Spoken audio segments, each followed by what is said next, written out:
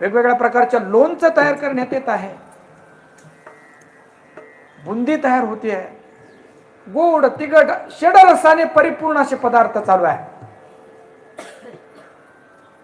मुलांना नवीन कपडे घातलेत आणि कृष्ण उठून नंद बाबाकडे आले आणि विचारलं कृष्णाने, बाबा अहो ही कशाची तयारी चालू आहे? त्या नंद बाबाने सांगितलं, कृष्णा अरे आपण गोपाळ, आपण गायी चालणार आहे आणि आपल्यासाठी सगळ्यात महत्वाचा आहे चारा. पण आपल्या गायीला जर चारा हवा असेल तर त्याच्यासाठी महत्वाचं आहे पाणी, आणि ती पाणी देणारी जी देवता आहे ती इंद्र आहे. म्हणून भरपूर वर्षाव व्हावा, आपल्या गायींना भरपूर चारा भेटावा, आपल्याला पाणी भरपूर भेटावं, म्हणून आपण दरवर्षी त्या इंद्राची पूजा करतो. बलिप्रतिपदेला ती पूजा होते. जवळपास त्या बलिप्रतिपदेला ती पूजा केली जाते. श्रीकृष्णाने सांगितलं, बाबा ज्या इंद्राची तुम्ही पूजा करता त्या इंद्राला तुम्ही कधी पाहिलंय का? नंद बाबा म्हटले, बाबा त्याला पाहिलं नाही. कृष्ण म्हटला, ज्या इंद्राला तुम्ही पाहिलंच नाही त्याची काय पूजा करायची? बाबा या जगामध्ये आपल्याला जे फळ मिळतं ना ते आपल्या कर्माचं मिळतं. म्हणजे काय? आपण जर चांगलं कर्म केलं तर चांगल्या कर्माचं चांगलं फळ मिळतं, आणि वाईट कर्म केलं तर वाईट फळ मिळतं. काय म्हणतात नाथ महाराज, भानुदास महाराज? नाही, एका जनार्दनी भोग प्रल्हाद आहेच, पण आपण जे कर्म करतो तेच भोगायला मिळतं. तेरे कर्म झाले तेरी भोग झाले, तेरे कर्म झाले तेरी भोग झाले. एकत्र घ्या.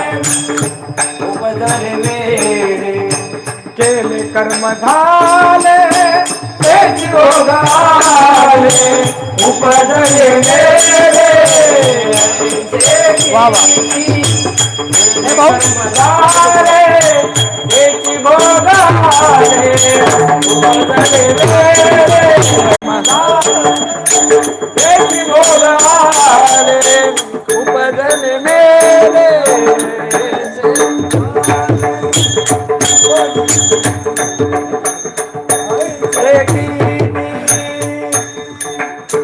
केले कर्म झाले त्याची भोग आले, उपजले मेले ऐसे किती. जे कर्म केलं तेच भोगायला मिळतं. म्हणून बाबा कर्मणा कर्मणा जायते जंतुः कर्मणैव विलीयते, सुखम दुःखम भयम क्षेमम कर्मणैवोपभिपद्यते. बाबा मनुष्य कर्माने जन्माला येतो, कर्म करत करत जगतो आणि शेवटी कर्मामध्येच मरतो. म्हणून तर दशक्रिया विधी करावी लागते, दावा करावा लागतो. हे काय कर्मच आहे की नाही? आणि आपलेच कर्म जर आपल्याला फळ देत असेल तर त्या इंद्राला काय पूजा करायची? आणि अजून एक, आपण ज्या गोवर्धनाच्या सानिध्यामध्ये जातो ना, तो गोवर्धन आम्हाला गायीला चरण्यासाठी चारा देतो. पाण्याचे अनेक स्रोत, झरे, आणि त्या झऱ्यांवर जाऊन आम्ही पाणी पितो.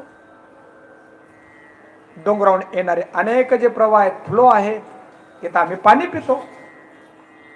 पावसाळ्यामध्ये पाऊस लागायला लागला म्हणजे आम्ही त्या गुफेमध्ये जातोय.